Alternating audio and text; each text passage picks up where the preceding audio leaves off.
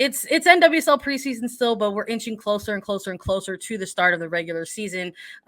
Houston dropping their kit. We're gonna start seeing the kit fashion roll out a little bit. Houston dropping their Estrella kit. Love the the iconic orange. Loving the black shorts to go with it as well. So that's very cool. But another bit of NWSL news that we wanted to chat a little bit about before we finally turn the page on the FIFA international window here is the sort of the reported kind of rumor out there right now about NWSL entertaining conversations about the possibility of a fall to spring schedule and how that could maybe benefit kind of getting alongside the global calendar. I don't know. I mean, first reactions when you saw this, I'll be frank, when I saw it, I was kind of like, well, global warming is going to probably change that much quicker than we think. Yeah, I mean, how are we going to do this? Like, we don't live in a bubble. That's why I wanted to talk about it. I threw in the rundown and we were kind of like, are we talking about this? Yeah, we're talking about this because it's rumored, it's out there.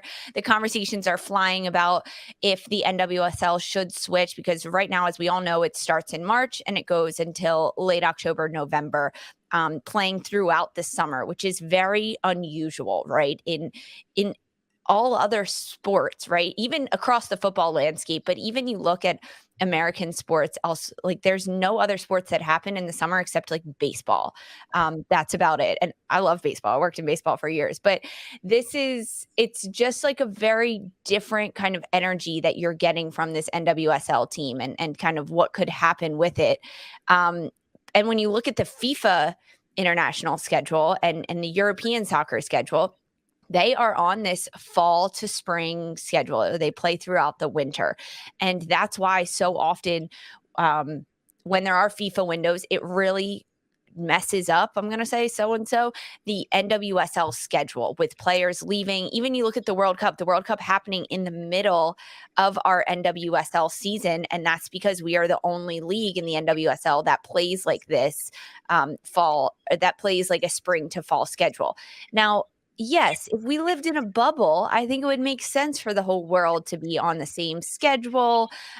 It would change things a little bit with like loans and how trades work and everything like that. It would be a bit of a trickle down effect. The FIFA international window, it would be all on the same page, but that doesn't work. You cannot play at Red Bull Arena in North Jersey where Gotham plays their home games. You can't play in Chicago. You can't play in Portland or Seattle in December and January and February. I'm sorry, it just doesn't work like that.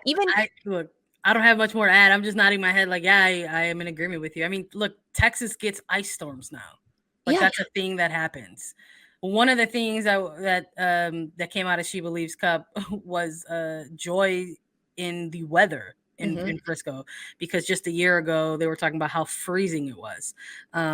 That's like a thing that just happens. I mean, Black Mananovsky even talked about that. He was like, last year, the She Believes Cup, we were shivering, and now we're in our shorts and t-shirts because they played a little farther south. But it just doesn't make sense logistically because it's an outdoor sport. And even like we look at the Women's Super League, right? Over the last couple of months, they have had games that have been canceled and postponed due to a frozen pitch. Yeah. Look, multiple games. I feel like when some of the episodes where we are, finding ourselves recapping Women's Super League, part of that has been talking about the games getting canceled or postponed or rescheduled. So listen, I also sort of feel like a little bit of deja vu in this. I feel like this is not something that has been sort of thrown out there just to see what'll stick.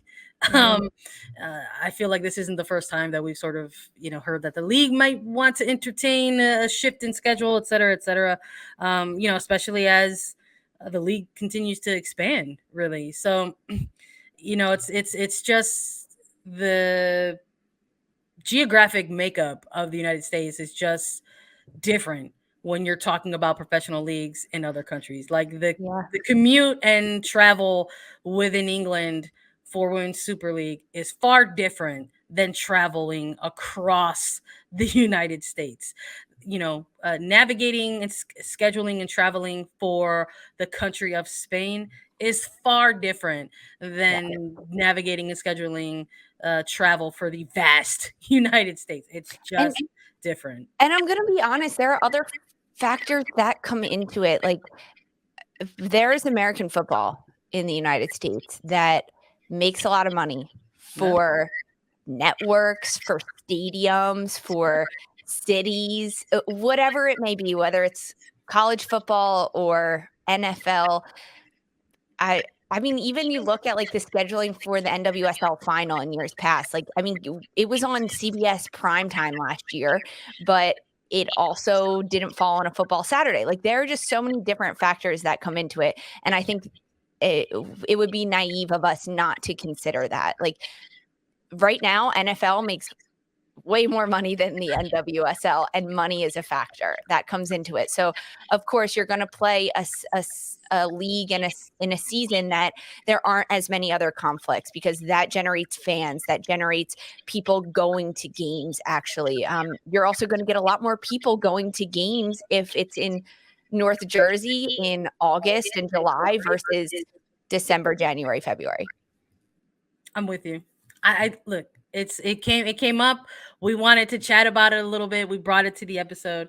I'm with you. It's something that we'll obviously have to keep an eye on as the season continues, as the league continues to expand.